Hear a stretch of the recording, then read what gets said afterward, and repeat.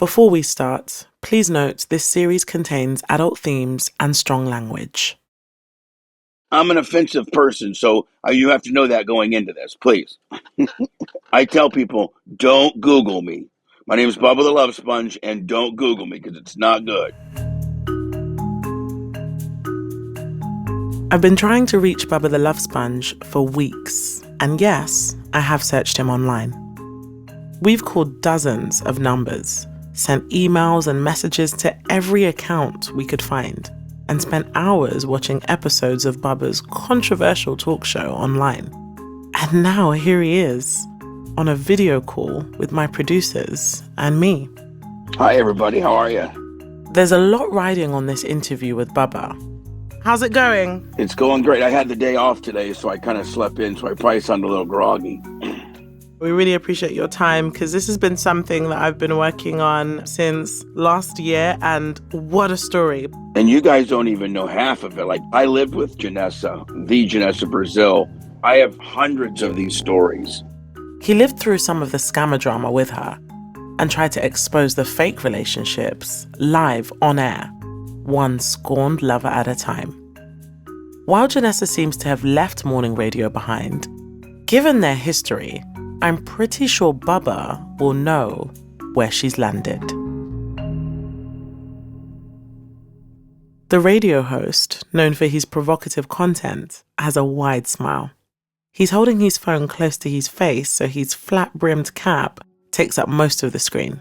I hope I can add some insight for you guys. Bubba was in the news a lot a few years ago because of his association with Hulk Hogan, a retired professional wrestler. Bubba considered Hogan his best friend. But then came a sex tape featuring Hogan and Bubba's now ex-wife. The tape was recorded at Bubba's home, stolen from his office, and made public by Gawker, a wildly popular gossip site. Hogan ended up winning a multi-million-dollar defamation lawsuit. Gawker Media was bankrupted, and while the lawsuit was going on, Bubba lost his job. So if anyone knows what it's like to have personal images get away from you, it might be Bubba. He holds the key to unlocking the mystery of Janessa Brazil, at least for me. Bubba and Janessa were roommates a few years back when she lived in Florida and co-hosted his daily radio show. It was one of those episodes that reignited my search for Janessa and led me here today.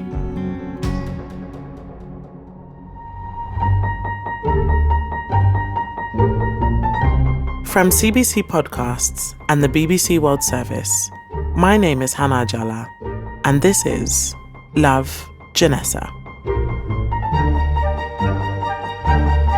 The story of my wild quest to find the woman whose face and body is the bait used in catfishing schemes around the world.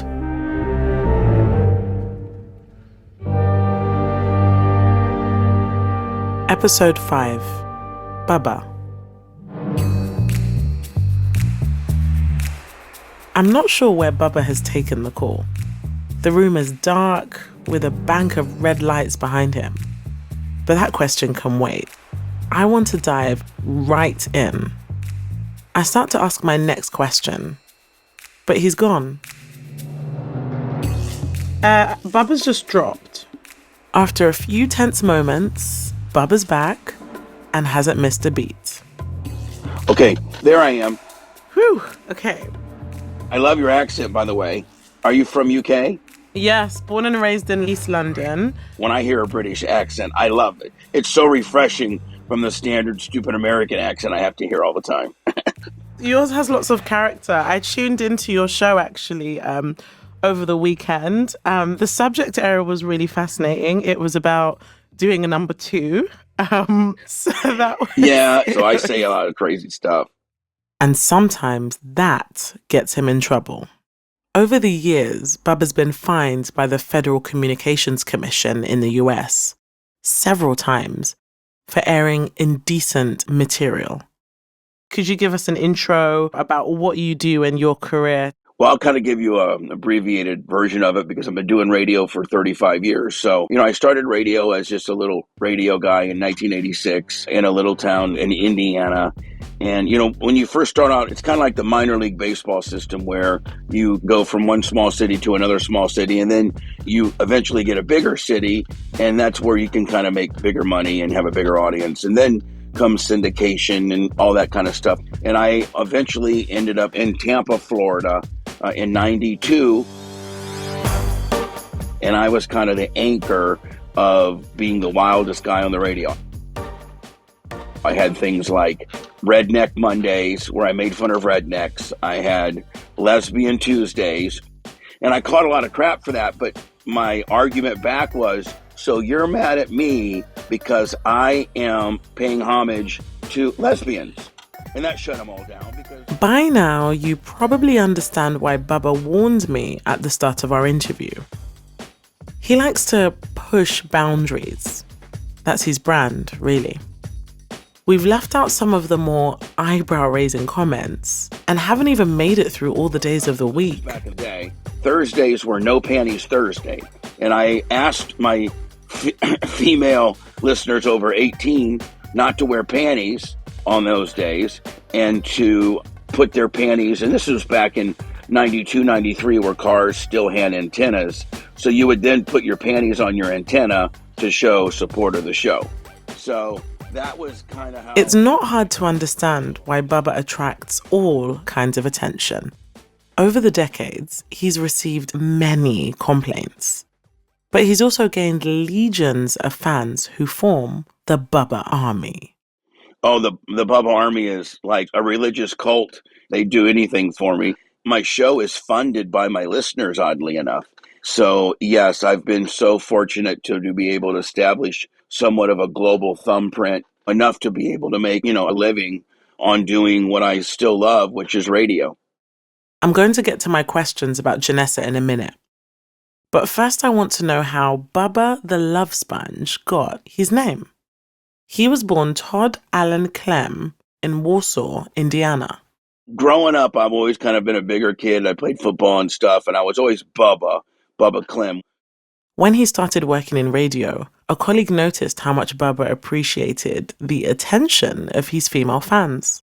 So we were on the radio the next day, and this radio guy was like, coming up next, Bubba Clem. But I saw him at a party a few nights ago, and he was soaking up love like a love sponge. Well, it eventually stuck, and I used it all my career, and then I changed it legally because I ran politically. I ran for sheriff here in Tampa, but I wanted my name to appear as Bubba the Love Sponge on the ballot. Sheriff Love Sponge. He didn't win, but that would have been an interesting chapter. My driver's license and my passport and everything says Bubba the Love Sponge Clem. And people think I'm being a real smartass. And when I got married, my wife was Mrs. Bubba the Love Sponge Clem. I guess the Love Sponge is actually my middle name, but I just tell everybody I'm Bubba Clem. Partway through our interview, he suggests we take a tour of his studio. I can now see the lights in the background are part of a soundstage. Can you see the stage back there? Oh, yes, I can. I actually have a shower in my studio. Hold on, let me show you. Oh, wow. Okay, it's actually huge. Yeah, it's a very big space. We have bands and stuff on the stage. You can't do some of the stuff I used to, I decide not to ask him to elaborate about some of that stuff they used to do. I'm also keen to get to the reason for this call, to find out more about Janessa. Let's just go back to the beginning. How did you meet Janessa Brazil? I met Janessa in New York at Howard Stern Studios. And I just thought that, oh my God, she's so stunning. She was not really a porn star. She had her own website, her members only website, and she was married at the time. But I found out that they lived in the Tampa area. So we got her information. As soon as we got back to Tampa, we had her on the show. And then she ended up kind of being a regular. We'd have her on every few weeks.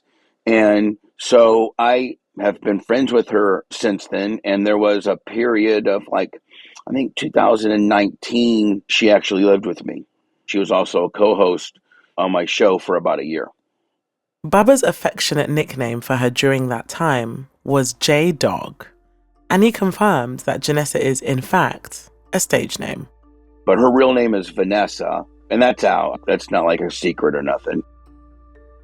At this point, I'm reminded of both Simon and Roberto, the men we've talked to who believe they had been in contact with the real Janessa Brazil. Both of them said the real Janessa's name was Vanessa. But I knew her as Vanessa privately. You know, when she was on the air, she would be Janessa. And I'd always slip up. I'd either say one or the other. If we were in public, I would say, "Hey, Janessa," when I was supposed to say Vanessa, and then vice versa on the air. To someone that's never met her, like me, for example, how would you describe her personality? I would say beautifully sassy. But, you know, the expression that beautiful women have insecurities and issues, you know, certainly is appropriate, and not weird or bad ones. It's just that sometimes she would get down on herself a little bit, just because I don't think that she necessarily, as Janessa gets older, really wants to be in this space anymore. You know, I think she just turned 40. So I think she would like to distance herself from that life, so to speak. Maybe this explains why Janessa seemingly vanished a few years ago. Her digital footprint had become an archive of old posts and images. But according to Bubba, she was taking stock, preparing to shed her cam girl skin and start over. I think her being on my show for a year was kind of a segue out of porn, but yet still in entertainment. She was literally just a co-host, a woman's perspective on a man-skewing show, which was refreshing. So it was a very sad day when she left, and, you know, I wish she was still here. So where did she go? And will Bubba be able to help me find her?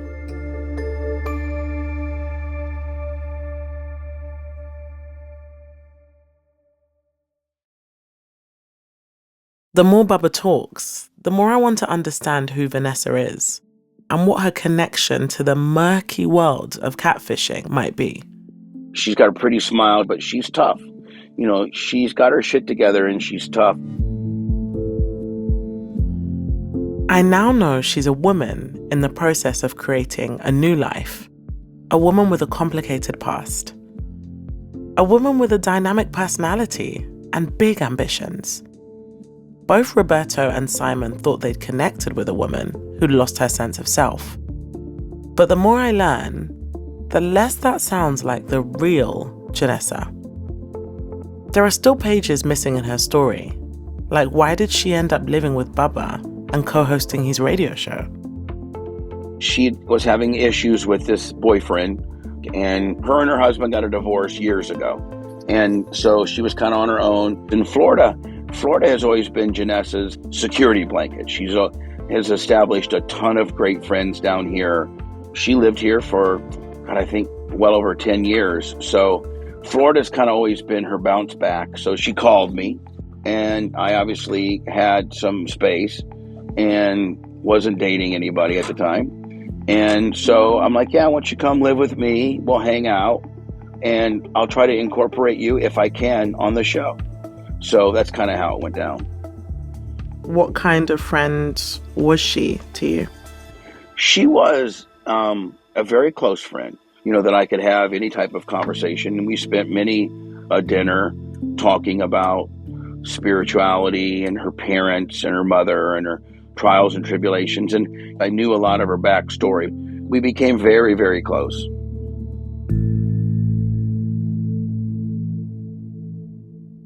I wondered if any of these dinner table conversations ever got onto the topic of the romance scammers using her image. From the day that I met her and started hanging out with her and her husband, you know, her husband would be like, oh my God, I spend half my day answering emails from men who sent $600 to a person who is describing themselves as Janessa. And I have to assure them that, one, I'm not liable for that, and two, it's not us. I quickly found out that people would take her image and then just start portraying themselves as her for men to send her money. God, I just don't understand how gullible some of these men are. Bubba says he often receives letters and messages from men who have been scammed. She has to be one of the most catfished images, just because I get catfishing things weekly from men that think that her and I are still, hanging out, trying to say that I've been scammed by your friend and what are you going to do about it? He says victims and their lawyers come to him for answers, information, and sometimes for restitution. The one that I just got last week was an attorney from, is it Ghana?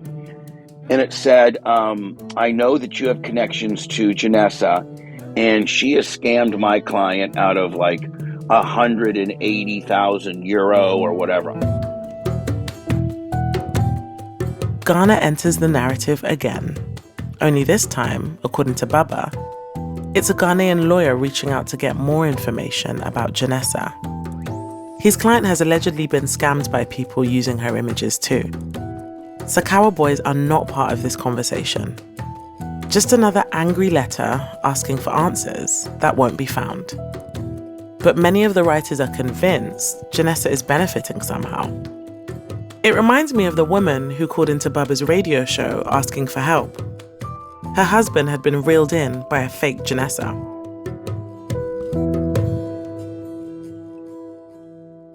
We had one guy from Canada call in, and he thought that he was talking to a woman that was Janessa.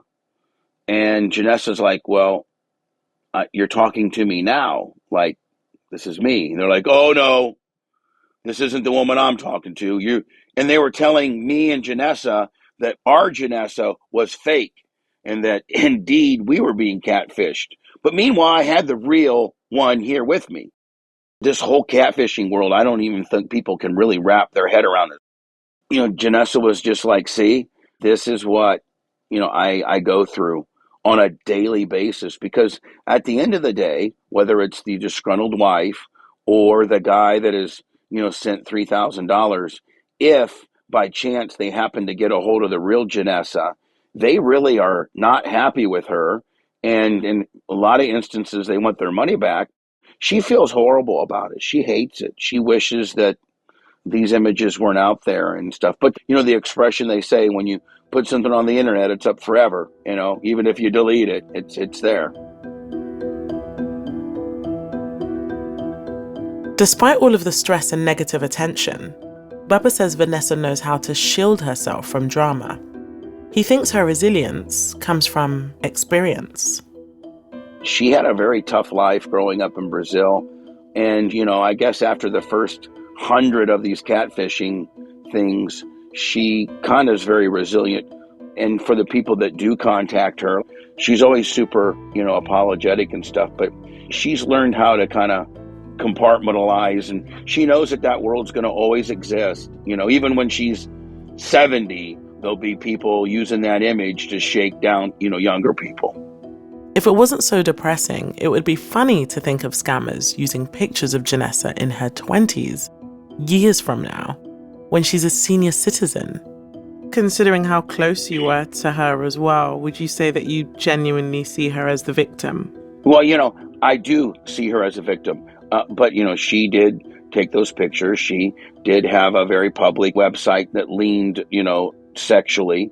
And she takes a little responsibility for those images being out there. If she was Happy Susie Homemaker and didn't participate in the industry that she did, perhaps this wouldn't be happening. But I think she's like 90% the victim. I've had some victims blame Vanessa for putting her images out there in the first place. Others speculate she's the one pulling the strings in the Janessa scam universe, bringing in boatloads of money. But to hear Bubba say that Vanessa is only 90% the victim surprises me. If, as he says, her pictures were stolen without her knowledge, how could she be at fault? Then Bubba comes to her defense, drawing a line between Janessa, the woman we see online, and Vanessa, the real woman living a real life.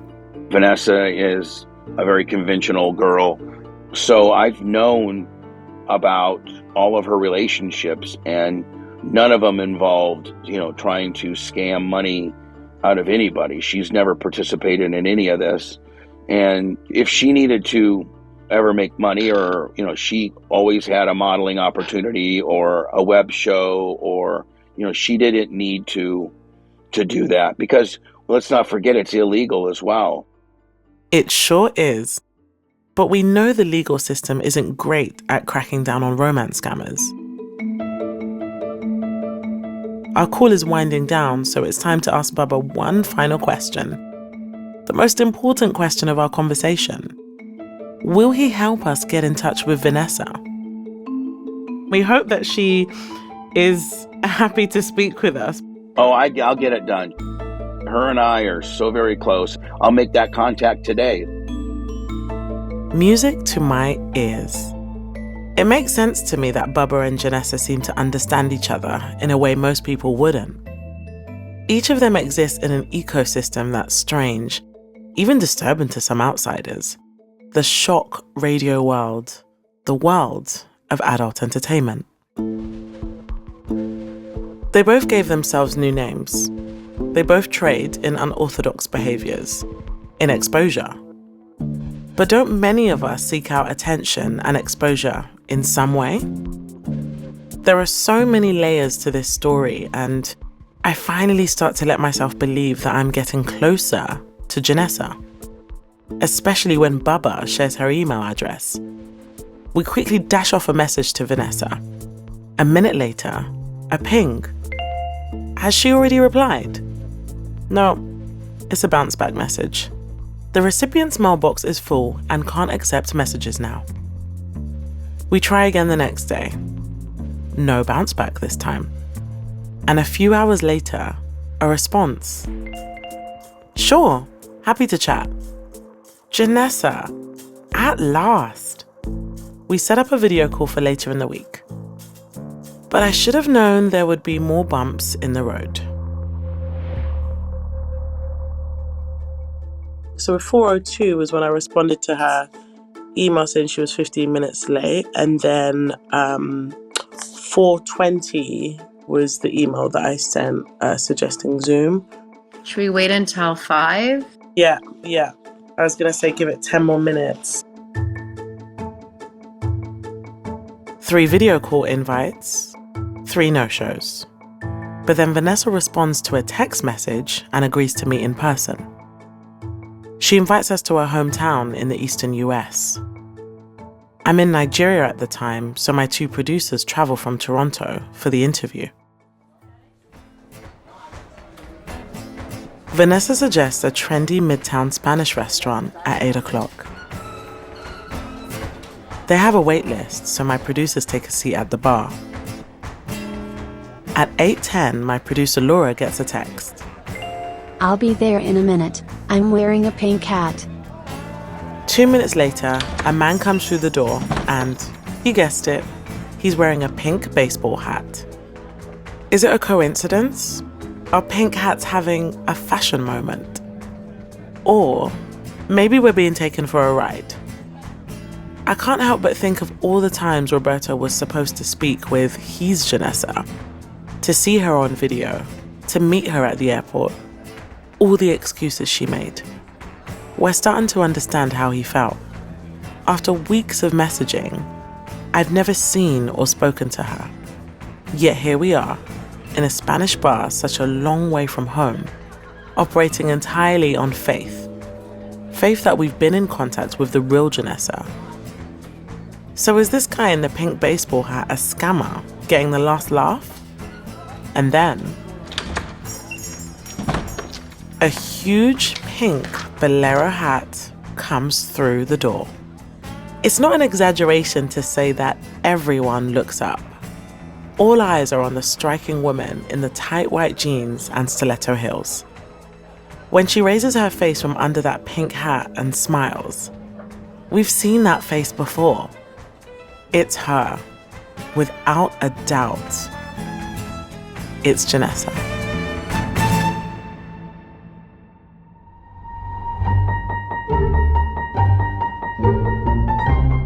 We are in my bedroom right now where the magic happens. And I mean where I make my money on webcam. Made my money. What do the words say by your headboard? Oh, it says dream. And the little neon sign. That's next time on Love, Janessa.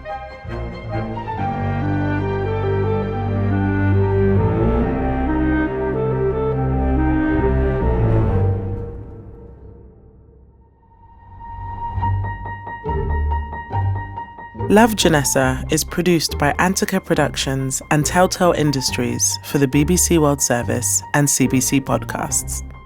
I'm Hannah Ajala. Our producers are Katrina Onstad and Laura Reguer. Associate producers are Haley Choi and Simona Rata. Sound design and audio mix by Philip Wilson and Janine White. Executive producers are Stuart Cox and Jago Lee. At CBC Podcasts, Emily Cannell is coordinating producer. Chris Oak is executive producer. And Arif Noorani is the director. At the BBC World Service, Anne Dixie is senior podcast producer. And John Manel is the podcast commissioning editor. Thanks for listening.